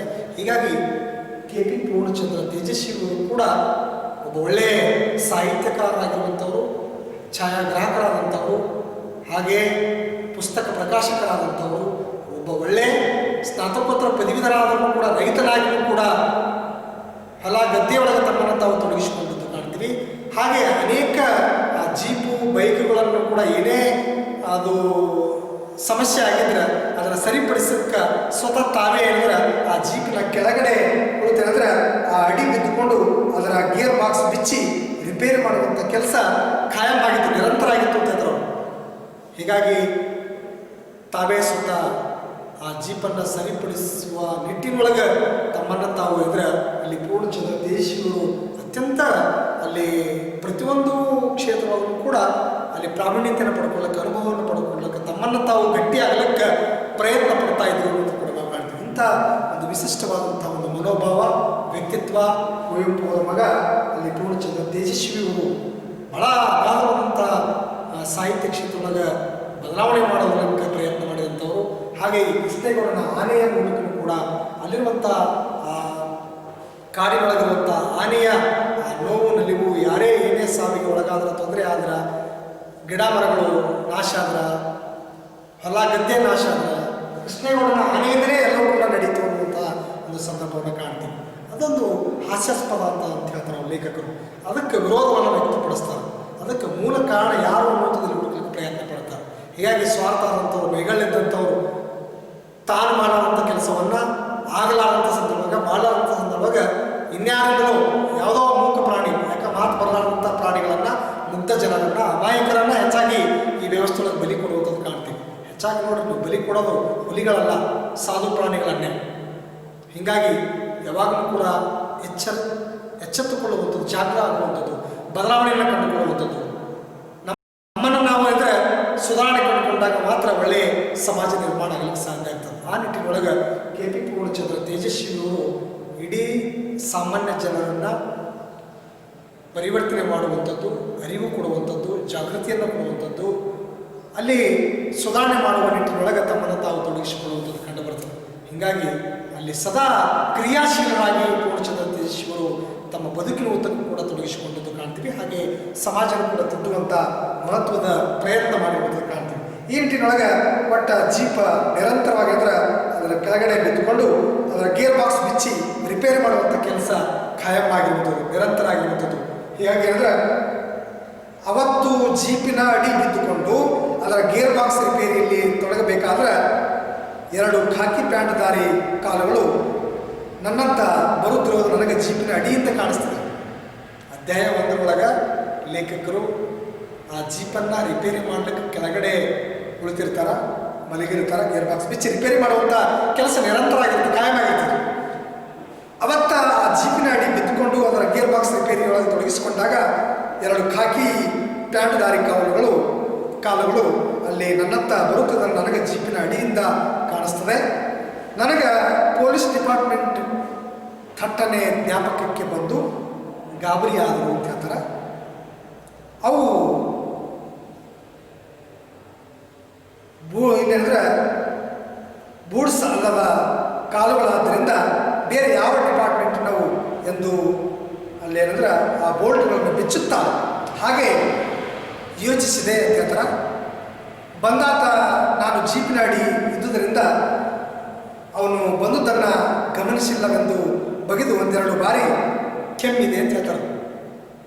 ಈ ರೀತಿಯೊಳಗೆ ಲೇಖಕರು ಪ್ರಾರಂಭದಿಂದ ಇಂಥ ಹಲವಾರು ಸನ್ನಿವೇಶಗಳನ್ನು, ಸಂದರ್ಭಗಳನ್ನು ಅತ್ಯಂತ ಮಾರ್ಮಿಕವಾಗಿ ಬಿಚ್ಚಿಡುವಂಥ ಒಂದು ಮಹತ್ವದ ಪ್ರಯತ್ನದಲ್ಲಿ ಮಾಡ್ತಾರೆ. ಹೀಗಾಗಿ ಆ ಖಾಕಿದಾರಿಗಳು ಬಂದಿರುವಂಥ ಸಂದರ್ಭದೊಳಗೆ ಅಲ್ಲಿ ತನ್ನನ್ನು ತಾನು ಆ ಬೋಲ್ಟ್ಗಳನ್ನು ಬಿಚ್ಚುತ್ತಾ ಹಾಗೆ ಯೋಚನೆ ಮಾಡ್ತಾರೆ, ಯಾರಿರ್ಬೋದು, ಏನಾಯಿತು ಅಂತೇಳಿ. ಅಲ್ಲಿ ಬಂದನ್ನು ಗಮನಿಸಲವಂತ ಬಗೆದು 1-2 ಬಾರಿ ಅಲ್ಲಿ ಕೆಮ್ತಾರೆ. ನಮ್ಮ ಕಡೆ ಕೆಮ್ಮು ಕಾಲಿಂಗ್ ಬೆಲ್ ಇದ್ದ ಹಾಗೆ ಅಂತ ಹೇಳ್ತಾರೆ. ಕೆಮ್ಮು ಸಾಮಾನ್ಯವಾಗಿ ನೋಡಿ, ನೀವು ರಾತ್ರಿ ಯಾವ ಸಪ್ಪಳ ಬಂದ್ರೆ ಹೊರಗಡೆ ಹೋಗ್ಲಿಕ್ಕೆ ಸಾಧ್ಯ ಆಗೋದಿಲ್ಲ. ಅಂಥ ಒಂದು ಸಂದರ್ಭದೊಳಗೆ ಅಲ್ಲಿ ಕೆಮ್ಮಿದ್ರೆ ಮಾತ್ರ ಅದೊಂದು ಕಾಲಿಂಗ್ ಬೆಲ್ ಇದ್ದಂಗೆ ಹೊರಗಿನ ಜನರಿಗೆ ಇವರು ಎಚ್ಚರಿಕೆ ಆಧಾರ ಅನ್ನುವಂಥದ್ದು ಕೂಡ ಅಲ್ಲಿ ಗೊತ್ತಾಗ್ತದೆ. ಈ ನಿಟ್ಟಿನೊಳಗೆ ಇಲ್ಲಿ ಲೇಖಕರು ಕೂಡ ನಮ್ಮ ಕಡೆ ಕೆಮ್ಮು ಕಾಲಿಂಗ್ ಬೆಲ್ ಇದ್ದ ಹಾಗೆ ಮನೆಯ ಬಳಿ ಯಾವ ಕಣ್ಣಿಗೆ ಬೆಳೆದಿದ್ರೆ ಕೆಮ್ಮಿ ಇಲ್ಲಂದ್ರೆ ಕ್ಯಾಕಿಸಿ ಗಲಾಟೆ ಮಾಡುತ್ತಾರೆ. ಬಹುಶಃ ಭಾಷೆ ಉಪಯೋಗಿಸಿ ಕರೆಯಬೇಕೆಂದಾದರೆ ಕೆಲವು ತೊಂದರೆಗಳಿವೆ ಅಂತ ಹೇಳ್ತಾರೆ ಎಂದು ತೋರುತ್ತದೆ. ಮನೆಯವರ ಹೆಸರು ಏನು, ಹೆಸರು ಹಿಡಿದು ಕರೆಯಬೇಕೋ, ಸ್ವಾಮಿ ಏನು ಬೇಕೋ, ಬಹುವಚನ ಉಪಯೋಗಿಸಬೇಕೋ, ಏಕವಚನವೋ, ಭಾಷೆ ಉಪಯೋಗಿಸಿ ಕರೆಯಬೇಕೆಂದರೆ ಏನೆಲ್ಲ ಬಿಕ್ಕಟ್ಟುಗಳನ್ನು ಎದುರಿಸಬೇಕು. ಅದರ ಬದಲು 1-2 ಸಾರಿ ಕೆಮ್ಮಿದರೆ ಈ ಎಲ್ಲ ತೊಂದರೆಗಳೇ ಇರುವುದಿಲ್ಲ. ಆದ್ದರಿಂದ ಬಂದವ ಮತ್ತು 1-2 ಸಾರಿ ಅಲ್ಲಿ ಕೆಮ್ಮಿದ ಅಂತ ಹೇಳ್ತಾರೆ. ಈ ರೀತಿಯೊಳಗೆ ಅಲ್ಲಿ ಬಂದಂಥವರು 1-2 ಬಾರಿ ಮತ್ತೆ ಕೆಮ್ಮಿರುವಂಥದ್ದು. ಯಾಕಪ್ಪ ನೀನು ಎಂದು ಕೇಳಿದೆ. ನಾನು ಸ್ವಾಮಿ ಎಂತರು. ಅವಾಗ ನಾನು ಅಂದರೆ ಯಾರಪ್ಪ, ನನಗೆ ಇಲ್ಲಿ ನಿನ್ನ ಕಾಲು ಮಾತ್ರ ಕಾಣೋದು ಅಂತ ಹೇಳ್ತಾರೆ. ಈ ರೀತಿ ಒಳಗೆ ಅಲ್ಲಿ ಬಂದವರು ಕೆಮ್ಮುವುದ್ರ ಮೂಲಕ, ಕಾಲಿಂಗ್ ಬೆಲ್ ಮಾಡೋದ್ರ ಮೂಲಕ ಯಾರಪ್ಪ ನೀನು ಅಂತೇಳಿ ಲೇಖಕರಲ್ಲಿ ಕೇಳಿದಾಗ, ನಿರೂಪಕರು ಕೇಳಿದಾಗ ನಾನು ಸ್ವಾಮಿ ಅಂದರು. ಅವಾಗ ನಾನು ಅಂದರೆ ಯಾರಪ್ಪ ಅಂತ ಮತ್ತೆ ಪ್ರಶ್ನೆ ಮಾಡ್ತಾರೆ. ನನಗೆ ಇಲ್ಲಿ ನಿನ್ನ ಕಾಲು ಮಾತ್ರ ಕಾಣೋದು ಅಂತೇಳಿ ಲೇಖಕರು ಅಂದಾಗ ನಾನು ಲೈನ್ಮ್ಯಾನ್ ಸ್ವಾಮಿ ಅಂತಾರೆ. ಯಾರು ಲೈನ್ಮ್ಯಾನ್? ತಿಪ್ಪಣ್ಣವೇನಯ್ಯ ಅಂತ ಕೇಳ್ತಾರೆ. ಮತ್ತೆ ಪ್ರಶ್ನೆ ಮಾಡ್ತಾರೆ. ತುದು ಟೆಲಿಫೋನ್ ಡಿಪಾರ್ಟ್ಮೆಂಟ್ ಅಲ್ಲ ಸ್ವಾಮಿ, ನಾವು ಕರೆಂಟ್ನವರು ಅಂತ ಹೇಳ್ತಾರೆ. ಅದಕ್ಕೆ ನಾನು ಲೈನ್ಮ್ಯಾನ್ ದುರ್ಗಪ್ಪ ಸ್ವಾಮಿ ಅಂತ ಹೇಳ್ತಾರೆ. ಈ ರೀತಿ ಒಳಗೆ ಲೇಖಕರು ಆ ಜೀಪಿನ ಕೆಳಗಡೆ ಗೇರ್ ಬಾಕ್ಸನ್ನು ಸರಿಪಡಿಸುವಂಥ, ಬಿಚ್ಚುವಂಥ ಸಂದರ್ಭದೊಳಗೆ, ಬೋಲ್ಟನ್ನು ಸರಿಪಡಿಸುವಂಥ ಸಂದರ್ಭದೊಳಗೆ, ಅಂಥ ಸಂದರ್ಭದಾಗ ಖಾಕಿದಾರಿಗಳು ಬಂದಿರುವಂಥದ್ದು. ಅಂಥ ಒಂದು ಸಂದರ್ಭದೊಳಗೆ ಯಾರಪ್ಪ ನೀವು ಅಂತೇಳಿ ಲೇಖಕರು ಕೇಳಿರುವಂಥದ್ದು. ನಾನು ಸ್ವಾಮಿ ಅಂತ ಹೇಳ್ತಾರೆ. ನಾನು ಅಂದರೆ ಯಾರಪ್ಪ ಅಂತ ಮತ್ತೆ ಪ್ರಶ್ನೆ ಮಾಡಿದಾಗ ಹೀಗೆ ಇಬ್ಬರ ನಡುವೆ ಅವರ ಮುಖಚರ್ಯವನ್ನು ನೋಡಲಾರದೆ ಅದಾದ್ರೆ ಆ ಖಾಕಿ ಧರಿಸಿದಂಥ, ಪ್ಯಾಂಟ್ಗಳು ಧರಿಸಿದಂಥ ವ್ಯಕ್ತಿಗಳ ಜೊತೆಗೆ ಮಾತಾಡುವಂಥದ್ದು ಕಾಣ್ತೀವಿ. ನಾನು ಲೈನ್ಮ್ಯಾನ್ ಸ್ವಾಮಿ ಅಂತ ನಾವು. ಅದಕ್ಕೆ ಯಾರು ಲೈನ್ಮ್ಯಾನ್ ತಿಪ್ಪಣ್ಣ ವೇನ್ರಯ್ಯ ಅಂದಾಗ ತುತು ಟೆಲಿಫೋನ್ ಡಿಪಾರ್ಟ್ಮೆಂಟ್ ಅಲ್ಲ ಸ್ವಾಮಿ, ನಾವು ಕರೆಂಟಿನವರು, ನಾನು ಲೈನ್ಮ್ಯಾನ್ ದುರ್ಗಪ್ಪ ಸ್ವಾಮಿ ಅಂದಾಗ ಅವಾಗ ಲೇಖಕರು ಅದ್ಯಾಕೆ ಟೆಲಿಫೋನ್ ಡಿಪಾರ್ಟ್ಮೆಂಟಿಗೆ ತೂ ಅಂತೀಯ, ಅವರನ್ನು ಕಂಡ್ರೆ ನಿಮಗೆ ಆಗಲ್ವಾ, ಇಬ್ಬರದು ಕೆಲಸ ಕಂಬ ಹತ್ತೋದಕ್ಕೆ ತಾನೇ ಅಂತ ಲೇಖಕರು ಅಂತ ನೋಡ್ರಿ. ಟೆಲಿಫೋನ್ ಡಿಪಾರ್ಟ್ಮೆಂಟ್ ಆಗಿರ್ಬೋದು, ಕರೆಂಟ್ ಡಿಪಾರ್ಟ್ಮೆಂಟ್ ಆಗಿರ್ಬೋದು, ಇಬ್ಬರು ಕೂಡ ಇದ್ರೆ ವಿದ್ಯುತ್ ಇಲಾಖೆಯವರು, ಹಾಗೆ ಟೆಲಿಫೋನ್ ಡಿಪಾರ್ಟ್ಮೆಂಟ್ ಇಬ್ಬರು ಕೂಡ ಕಂಬ ಹತ್ತುವಂಥ ಕೆಲಸನೇ. ಆಗ ಇಬ್ಬರಿಗೆ ಹೇಳಿದ್ರೆ ಯಾಕೆ ನೀನು ಅವರಿಗೆ ಅಷ್ಟೊಂದು ತೊಂದರೆಯನ್ನು ಅಥವಾ ಈ ಇಬ್ಬರದು ಕೆಲಸ ಒಂದೇ ಅಲ್ಲ ತಾನೆ ಅಂತಂದಾಗ ಅವಾಗ ಅದೊಂದು ತರಲೆ ಡಿಪಾರ್ಟ್ಮೆಂಟ್ ಅಂತ ನಾವು ದುರ್ಗಪ್ಪ ಅಲ್ರಿ ಅಲ್ವಾ ಸರ್, ನಮ್ಮ ತಂತಿ ಹತ್ರ ತಂತಿ ತರಬೇಡ್ರಿ, ಟೆಲಿಫೋನ್ ಗೊರ ಅನ್ನುತ್ತೆ, ಹಾಗೆ ಹೀಗೆ ಅಂತೆಲ್ಲ ದಿನ ನಮ್ಮ ಜೊತೆ ಅಲ್ಲಿ ಅಂದ್ರೆ ಪುಕಾರು ತೆಗಿತಾನೆ ಇರ್ತಾರೆ ಅಂತ ಹೇಳ್ತಾರೆ. ಈ ರೀತಿ ಒಳಗೆ ಲೇಖಕರು ಮತ್ತು ಆ ಖಾಕಿದಾರಿ ಧರಿಸಿರುವಂಥ ದುರ್ಗಪ್ಪನ ಜೊತೆಗೆ ಅಲ್ಲಿ ಹಲವಾರು ರೀತಿಯೊಳಗೆ ಚರ್ಚೆಯನ್ನು ಮಾಡುವಂಥದ್ದು. ಅದ್ಯಾಕೆ ಟೆಲಿಫೋನ್ ಡಿಪಾರ್ಟ್ಮೆಂಟಿಗೆ ತೂ ಅಂತೀಯ ಅಂತೇಳಿ ಲೇಖಕರು ಮತ್ತೆ ಅವನನ್ನು ಕೇಳುವಂಥದ್ದು. ಅವ್ರನ್ನ ಕಂಡ್ರೆ ನಿಮಗೆ ಆಗಲ್ವಾ, ಇಬ್ಬರೂ ಕೆಲಸ ಕಂಬ ಹತ್ತುತ್ತಾನೆ ಅಂತ ಪ್ರಶ್ನೆ ಮಾಡ್ತಾರೆ ಲೇಖಕರು. ಈ ರೀತಿಯೊಳಗೆ ನಿರೂಪಕರು ಅತ್ಯಂತ ಗಂಭೀರವಾಗಿಯೇ ಅಲ್ಲಿರುವಂಥ ಸಾಮಾನ್ಯ ಜನರ ಜೊತೆಗೆ ಹಲವಾರು ಕ್ಷೇತ್ರವನ್ನು ತೊಡಗಿಸಿಕೊಂಡಂಥ ವ್ಯಕ್ತಿಗಳ ಜೊತೆಗೆ ತಮ್ಮ ಸಂಭಾಷಣೆ, ತಮ್ಮ ವಿಚಾರ, ತಮ್ಮ ನಿಲುವು, ಅಲ್ಲಿ ಚರ್ಚೆ, ನಿರೂಪಣೆ ಮಾಡುವಂಥದ್ದು ಕಾಣ್ತೀವಿ. ಅದೊಂದು ತರಲೆ ಡಿಪಾರ್ಟ್ಮೆಂಟ್ ಅಂತೇಳಿ ದುರ್ಗಪ್ಪ ಅಂತ ಬಿಡ್ತಾನೆ. ಅಲ್ವಾ ಸರ್, ನಮ್ಮ ತಂತಿ ಹತ್ರ ತಂತಿ ತರಬೇಡ್ರಿ, ಟೆಲಿಫೋನು ಹೊರಗೊರ ಅನ್ನುತ್ತೆ, ಹಾಗೆ ಹೀಗೆ ಅಂತೆಲ್ಲ ದಿನ ನಮ್ಮ ಜೊತೆ ಅಲ್ಲಿ ಪುಕಾರು ತೆಗಿತಾನೇ ಇರ್ತಾರೆ ಅಂತ ಹೇಳ್ತಾನೆ. ಅದಕ್ಕೆ ನಾನು ಜೀಪಿನ ಅಡಿಯಿಂದ ಲೇಖಕರು ಹೊರ ಬಂದುಬಿಡ್ತಾರೆ. ದುರ್ಗಪ್ಪ ಕೈಯಲ್ಲಿ ಕಟಿಂಗ್ ಪ್ಲೇಯರು ತಂತಿ ಸಿಂಬಿ ಹಿಡ್ಕೊಂಡು ನಿಂತಿದ್ದ. ಏನಯ್ಯ, ಏನು ಸಮಾಚಾರ ಅಂತ ಮತ್ತೆ ಪ್ರಶ್ನೆ ಮಾಡ್ತಾರೆ ಲೇಖಕರು ಎಂದು ಕೇಳಿದೆ. ಸಮಾಚಾರ ಏನಿಲ್ಲ ಸ್ವಾಮಿ, ಮತ್ತೇನು ಬಂದೆ ಅಂತ ಕೇಳ್ತಾರೆ ಮತ್ತೆ ಲೇಖಕರು. ಸುಮ್ಮನೆ ಹೀಗೆ ಅಂದಾತ. ಅವಾಗ ಅವ್ರ ಮಾತು ಕೇಳಿದ್ರೆ ಏನೂ ಕೆಲಸವಿಲ್ಲದೆ ಪುರ್ಸತ್ತ ಆಗಿದ್ದರಿಂದ ಇಲ್ಲಿವರೆಗೂ ಬಂದಿದ್ದಾನೆಂದು ಅರ್ಥ ಬರ್ತಿತ್ತು. ಹಾಗಿದ್ದರೆ ಏನೋ ಇನಾಮು ಕೇಳಲು, ಇನಾಮು ಅಂದರೆ ಬಹುಮಾನ, ಕಾಣಿಕೆ, ಇನಾಮು ಕೇಳಲು ಅಥವಾ ಚಂದ ವಸೂಲಿಗೋ ಏನಾದರೂ ಪಟ್ಟಿ ಕೇಳಕ್ಕೆ ಬಂದಿದ್ದರು, ಅಥವಾ ಯಾವುದಾದ್ರೂ ಇನಾಮು, ಕಾಣಿಕೆ, ಬಹುಮಾನ ಪಳ್ಳಿಗೆ ಬಂದಿದ್ರು, ವಸೂಲಿಗೆ ಬಂದಿದ್ರು ಅಂತ ಕೇಳ್ತಾರೆ ಲೇಖಕರು. ಇಲ್ಲವೇ ಮನೆ ಉಪಯೋಗಕ್ಕೆ ಕಾಫಿ ಬೀಜವನ್ನು ಅಥವಾ ಏಲಕ್ಕಿಯನ್ನು ಕೇಳಲು ಈ ರೀತಿ ಪೀಠಿಕೆ ಹಾಕುತ್ತಿದ್ದಾನೆಂದು ಯೋಚಿಸಿದೆ. ನಮ್ಮಲ್ಲಿ ಇದೊಂದು ದೊಡ್ಡ ಗೋಳು ಅಂತ ಲೇಖಕರು. ಆ ವ್ಯಕ್ತಿಯನ್ನು ನೋಡಿ, ದುರ್ಗಪ್ಪನ ನೋಡಿ, ಬಂದವರು ಬಂದ ಕೆಲಸ ಏನೆಂದು ಚಟ್ಪಟ್ ಹೇಳುವುದೇ ಇಲ್ಲ. ನಮ್ಮ ಮೂಡು ಹೇಗಿದೆ ಎಂದು ಲೆಕ್ಕ ಹಾಕುತ್ತಾ ಹೇಳಲು ಬಿಡುವೋ ಬೇಡವೋ ಎಂದು ಇಲ್ಲಿ ತೇನಿಸುತ್ತಾ ಅದು ಇದು ಮಾತಾಡುತ್ತಾ ಅಲ್ಲಿ ನಿಂತಿರುವುದು ಕಂಡು ಬರ್ತದೆ. ನಾವೇ ನಾನಾ ಪರಿಯಲ್ಲಿ ಅವರನ್ನು ಕೇಳಿಕೊಂಡು ಅವರ ಬಾಯಿ ಬಿಡಿಸಬೇಕು ಅಂತ ಹೇಳ್ತಾರೆ ಲೇಖಕರು. ಅಲ್ಲಿವರೆಗೂ ಅವರು ಏನಂದ್ರೆ ಬಂದದ್ದಕ್ಕೆ ಅರ್ಥಾತ್ ಸಂಬಂಧವಿಲ್ಲದ ವಿಷಯ ಮಾತಾಡುತ್ತಾ ಅನ್ಯ ಮನಸ್ಕರಾಗಿ ನಿಂತಿರುತ್ತಾರೆ. ನನಗೆ ಅವತ್ತು ಇದಕ್ಕೆಲ್ಲ ತಾಳ್ಮೆ ಇರಲಿಲ್ಲ ಅಂತ ಹೇಳ್ತಾರೆ. ಈ ರೀತಿ ಒಳಗೆ ಬಂದ ಕೆಲಸ ಥಟ್ಪಟ್ ಆಗಬೇಕು, ಅವರಿಗೆ ಬಹುಬೇಗ ಚಟ್ಪಟ್ ಆಗಬೇಕು. ಆಗಲಿಲ್ಲ ಅಂದರೆ ಲೇಖಕರಿಗೆ ತುಂಬ ಬೇಸರ, ಸಿಟ್ಟು ಬರುವಂಥದ್ದು. ಅಷ್ಟು ಮಟ್ಟಿಗೆ ತುಂಬ ಗಂಭೀರವಾಗಿ ಪೂರ್ಣಚಂದ್ರ ತೇಜಸ್ವಿಗಳು ತಮ್ಮ ಬದುಕನ್ನು ಅಳವಡಿಸಿಕೊಂಡಂಥವರು, ತುಂಬ ಗಟ್ಟಿಯಾಗಿ ಪ್ರಾಮಾಣಿಕರಾದಂಥವರು, ನಿಷ್ಠುರವಾದಿಯಾದಂಥವರು, ತುಂಬ ಸಮರ್ಪಕ ಅಧ್ಯಯನವನ್ನು, ಜ್ಞಾನವನ್ನು ಪಡೆದುಕೊಂಡಂಥವ್ರು ಪೂರ್ಣಚಂದ್ರ ತೇಜಸ್ವಿಗಳು. ಹೀಗಾಗಿ ಎಲ್ಲರೂ ಕೂಡ ಅತ್ಯಂತ ಅಲ್ಲಿ ತುಂಬ ಎಚ್ಚರಿಕೆಯಿಂದ, ಜಾಗೃತಿಯಿಂದ ತಮ್ಮ ಬದುಕನ್ನು ಕಟ್ಟಿಕೊಳ್ಳಲಿಕ್ಕೆ ಪ್ರಯತ್ನ ಮಾಡ್ತಾರೆ. ಸಮಯ ಕಳೆಯಲಿಕ್ಕೂ ಕೂಡ ಪ್ರಯತ್ನ ಮಾಡಲ್ಲ. ಹೀಗಾಗಿ ಸಮಯ ಪ್ರಜ್ಞೆ ಅವರಿಗೆ ಭಾಳಷ್ಟು ಇದೆ. ಟೈಮ್ ಈಸ್ ಮನಿ ಅಂತಾರಲ್ಲ. ಹೀಗಾಗಿ ಸಮಯ ಪ್ರಜ್ಞೆ ಪ್ರತಿಯೊಬ್ಬ ವ್ಯಕ್ತಿಯೂ ಕೂಡ ಅಳವಡಿಸಿಕೊಂಡ್ರೆ ಒಳ್ಳೆಯ ಜೀವನವನ್ನು, ಒಳ್ಳೆಯ ಬದುಕನ್ನು ನಾವೆಲ್ಲ ಕಂಡುಕೊಳ್ಳಲಿಕ್ಕೆ ಸಾಧ್ಯ ಆಗ್ತದೆ. ಹೀಗಾಗಿ ಬಂದಂಥ ವ್ಯಕ್ತಿಗೆ ಏನು ಅಂತೇಳಿ ಅವ್ರು ಮೂಡ್ ನೋಡಿ ಅಲ್ಲಿ ಹೇಳಲೋ ಬೇಡೋ ಅನ್ನುವಂಥ ರೀತಿಯೊಳಗೆ ಇಲ್ಲಿ ಕಂಡು ಬರುವಂಥದ್ದು. ಇಂಥ ಒಂದು ಸಂದರ್ಭವಾಗಿ ಬಾಯಿ ಬಿಡಬೇಕು. ಅಲ್ಲಿವರೆಗೂ ಅವರು ಬಂದದ್ದಕ್ಕೆ ಅರ್ಥಾತ್ ಸಂಬಂಧವಿಲ್ಲದ ವಿಷಯ ಮಾತಾಡುತ್ತಾನೆ ಮನಸ್ಕರಾಗಿ ಅಲ್ಲಿ ನಿಂತು ಬಿಟ್ಟಿರ್ತಾರೆ. ನನಗೆ ಅವತ್ತು ಇದಕ್ಕೆಲ್ಲ ತಾಳ್ಮೆ ಇರಲಿಲ್ಲ. ಸುಮ್ಮನೆ ಹಿಂಗೆ ಯಾಕೆ ಇಲ್ಲಿವರೆಗೆ ಬರ್ತೀಯಾ, ಬಂದ ವಿಷಯ ಏನಂತ ಜರೂರಾಗಿ ಹೇಳೋ ಮಾರಾಯ, ನಿನ್ನ ಹತ್ರ ಇಲ್ಲಿ ಮಾತಾಡುತ್ತಾ ನಿಂತುಕೊಳ್ಳೋದಕ್ಕೆ ನನಗೆ ಪುರ್ಸೊತೆ ಇಲ್ಲ ಅಂತ ಹೇಳ್ತಾರೆ ಲೇಖಕರು ಎಂದು ಅಸಹನೀಯ ದನಿ ಒಳಗೆ ಲೇಖಕರು ಆ ದುರ್ಗಪ್ಪನನ್ನು ಹೇಳಿದಾಗ, ಏನಿಲ್ಲ ಸ್ವಲ್ಪ ಕೊಡಲಿ ಇದ್ರೆ ಬೇಕಿತ್ತು ಸ್ವಾಮಿ ಅಂತ ಹೇಳ್ತಾನೆ. ಅವಾಗ ಅಷ್ಟೇನಾ, ಮತ್ತ್ಯಾಕೆ ಏನೂ ಇಲ್ಲ ಅಂತ ಹೇಳಿದೆ ಇಲ್ಲಿವರೆಗೆ ಅಂತ ಮತ್ತೆ ಲೇಖಕರು ಆ ದುರ್ಗಪ್ಪನನ್ನು ಪ್ರಶ್ನೆ ಮಾಡಿರುವಂಥ ಕಾಣ್ತೀವಿ. ಇದೇನು ದೊಡ್ಡ ವಿಷಯ ಅಂತ ಹೇಳಿ ಕರೆಂಟ್ ಕೆಲಸಕ್ಕೆ ಕೊಡಲಿ ಯಾಕು ಅಂತೇಳಿ ಮತ್ತೆ ಲೇಖಕರು ಇಲ್ಲಿ ಪ್ರಶ್ನೆ ಮಾಡಿರುವಂಥದ್ದು. ಈ ರೀತಿ ಒಳಗೆ ಲೇಖಕರು ನಮಗೆ ಸಾಕಷ್ಟು ಅಭೂತಪೂರ್ವ ಚರ್ಚೆ ಮತ್ತು ಅನೇಕ ಗಂಭೀರವಾದಂಥ ನಿಲುವುಗಳನ್ನು ಅಲ್ಲಿ ಪೂರ್ಣಚಂದ್ರ ತೇಜಸ್ವಿಯವರು ಕಂಡುಕೊಳ್ಳಲಿಕ್ಕೆ ಪ್ರಯತ್ನ ಪಡ್ತಾರೆ. ಒಟ್ಟಾರೆ ಅಧ್ಯಾಯ 1ರಿಂದ 12 ಅಧ್ಯಾಯದವರೆಗೆ ಆ ದೀರ್ಘಗದ್ಯ ಕೃಷ್ಣೇಗೌಡನ ಆನೆ ನಿಜಕ್ಕೂ ಕೂಡ ಸಾಕಷ್ಟು ಮಾಹಿತಿಯನ್ನು ಅಲ್ಲಿ ಬೆಳಕು ಚೆಲ್ಲಲಿಕ್ಕೆ ಪ್ರಯತ್ನ ಪಡ್ತಾರೆ. ಹೀಗಾಗಿ ಅಲ್ಲಿ ಕರೆಂಟ್ ಅಂದರೆ ವಿದ್ಯುತ್ ಇಲಾಖೆಯವರಾಗಿರ್ಬೋದು, ಟೆಲಿಫೋನ್ ಇಲಾಖೆಯವರಾಗಿರ್ಬೋದು, ಅರಣ್ಯ ಇಲಾಖೆಯವರಾಗಿರ್ಬೋದು, ಅನೇಕ ಜನ ಅಲ್ಲೆಲ್ಲ ಒಳಗೊಂಡಿರುವಂಥ ಒಂದು ಅದ್ಭುತ ಅದ್ಭುತ ನಾಟಕ ಕೃಷ್ಣೇಗೌಡನ ಆನೆ. ಹೀಗಾಗಿ ಆನೆಗೆ ಸಾಕಷ್ಟು ರೀತಿ ಒಳಗೆ ಅದಕ್ಕೆ ಮೂಕ ಪ್ರಾಣಿಯಾಗಿತ್ತು. ಹೀಗಾಗಿ ಅದಕ್ಕೆ ಹಲವಾರು ರೀತಿ ಒಳಗೆ ಅದಕ್ಕೆ ಏನೇ ತಾವು ತೊಂದರೆ ಮಾಡಿದ್ರು ಕೂಡ ಅದು ಎಲ್ಲ ಆರೋಪಿಸುತ್ತದೆ ಅದರ ಮ್ಯಾಗಂದ್ರೆ ಕೃಷ್ಣೇಗೌಡನ ಆನೆ ಮೇಲೆ. ಈ ರೀತಿ ಒಳಗೆ ಅಲ್ಲಿ ಪ್ರಾರಂಭ ಅಧ್ಯಾಯ 1ರಿಂದ ನಿಜಕ್ಕೂ ಕೂಡ ದುರ್ಗಪ್ಪನ ಜೊತೆಗೆ ಅಲ್ಲಿ ನಿರೂಪಕರು ಚರ್ಚೆ ಮಾಡುವಂಥದ್ದು ಕಾಣ್ತೀವಿ. ಯಾಕೆ ಬಂದೆ ಅಂತ ಕೇಳಿದಾಗ ಬಹುಬೇಗ ಆತ ತನ್ನ ವಿಚಾರವನ್ನು ಹಂಚಿಕೊಳ್ಳಕ್ಕೆ ಅಲ್ಲಿ ಪ್ರಯತ್ನ ಮಾಡಿದಲ್ಲ. ಅವ್ರು ಮೂಡ್ ನೋಡಿ ಮನೆ ಹಾಕುವಂಥ ಕೆಲಸ ಮಾಡ್ತಾರೆ. ಇಂಥ ಹಲವಾರು ಸನ್ನಿವೇಶಗಳನ್ನು ನಮಗೆ ಕುವೆಂಪು ಅವರ ಮಗ KP ಪೂರ್ಣಚಂದ್ರ ತೇಜಸ್ವಿಯವರು ಬಹಳ ಅದ್ಭುತವಾದಂಥ ಜನಸಾಮಾನ್ಯರ ನೋವು ನಲಿವುಗಳನ್ನು, ಆ ಒಂದು ಕಾಡಿನ ಸಂದರ್ಭಗಳನ್ನು, ಜನಸಾಮಾನ್ಯರ ನೋವು ನಲಿವುಗಳನ್ನು, ಅಲ್ಲಿನ ಪ್ರಾಣಿ ಪಕ್ಷಿಗಳನ್ನು ತುಂಬ ಗಂಭೀರವಾಗಿ ಈ ಕೃಷ್ಣೇಗೌಡನ ಆನೆಯ ಮೂಲಕ ಕಟ್ಟಿಕೊಳ್ಳಕ್ಕೆ ಪ್ರಯತ್ನ ಪಡ್ತಾರೆ.